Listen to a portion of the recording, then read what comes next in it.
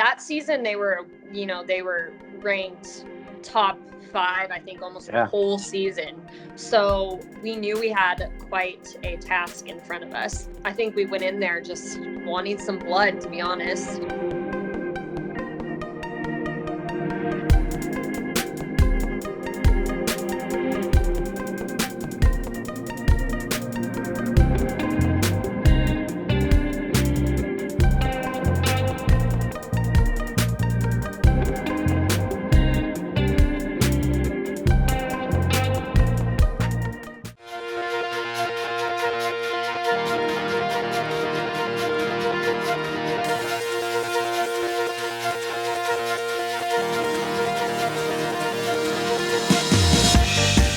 Abby Rolph was a 2-time All-American for the MSU Denver women's soccer program.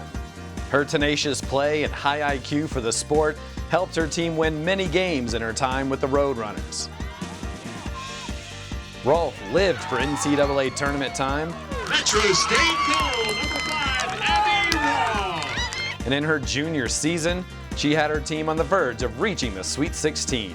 But standing in their way was the second-ranked team in the nation in the Colorado School of Mines, and it was on their home pitch in Golden. The Orediggers were 19-0-1 coming into that game. In fact, they had been unbeaten in the last 34 contests. It was the 5th longest unbeaten streak in Division II history. That streak also included a defeat of MSU Denver 1 year ago in the Sweet 16. And that is going to do it for this Sweet 16 game. The Orediggers, they win by a final of 2-1, ending Metro State's season. So Rolph and her squad didn't need much motivation for this one. So I think we just went in there like just wanting to get some revenge, and we had nothing to lose. Like, they had everything to lose, being ranked so high the whole season. So I think we went in there just wanting some blood, to be honest. But this game almost didn't happen. 2 days before, MSU Denver battled Midwestern State into overtime in the NCAA first round.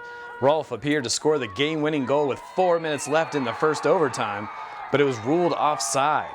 The goal was taken off the board, and MSU Denver had to try and do it all over again. So in a way, that kind of gives you some fire, like, oh, well, I scored, I just have to do it again, which isn't a lot easier said than done. But, it kind of gave us some momentum going forward because, we had just slipped one past them that didn't count. So let's go make it count. And boy, did she make it count. Just 1 minute later, Rolph tapped in the game winner to send her team to the next round. And it's such an incredible feeling. Even when I'm watching sports to this day, Mitch and I were watching a footy game the other day, and this guy kicked the winning goal, and I was like, that is just the best. Like, I don't even care if I wasn't rooting for that team. Like, it's just the best feeling to win the game for your team. Back to Sunday, and the Roadrunners had to face off against the RMAC's top goalkeeper in Jalen Yates. The sophomore had given up just 6 goals all season and had never given up more than 1 goal in any of her 20 starts. But the red and blue would get that first one on the board. Brittany Cito crossed one into the box and finds Maggie Rojas with the header to beat Yates 22 minutes into the game. It was just Rojas's second goal of the season, but it was a big one. Yeah, no, that was a great, that gave us some momentum for sure, to completely control the rest of the game. With 5 minutes left to go in the half, the Roadrunners strike again. Rolph puts one on net. There's a rebound, and Nicole Pollock is there to knock it in. And for the first time all season, Mines has allowed 2 goals in 1 game. MSU Denver had Mines down 2-0 heading into the break. Yeah, we knew, all my whole career at Metro, Mines was always a great team. So you can never fall asleep during any point of the game. You celebrate and then you just move on at 0-0. The Orediggers came out fighting to start the second half and made MSU Denver's keeper Carissa Fernandez work. But the redshirt freshman was up to the task.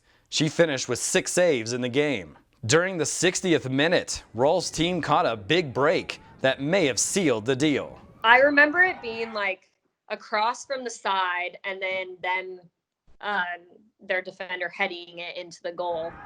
It was probably one of the windiest games I've ever played in. Mines scored a late goal, but it didn't matter in the end. The Roadrunners defeated the Ore Diggers 3-1 to move on to the South Central Regional Championships while ending Mines' 34-game unbeaten streak.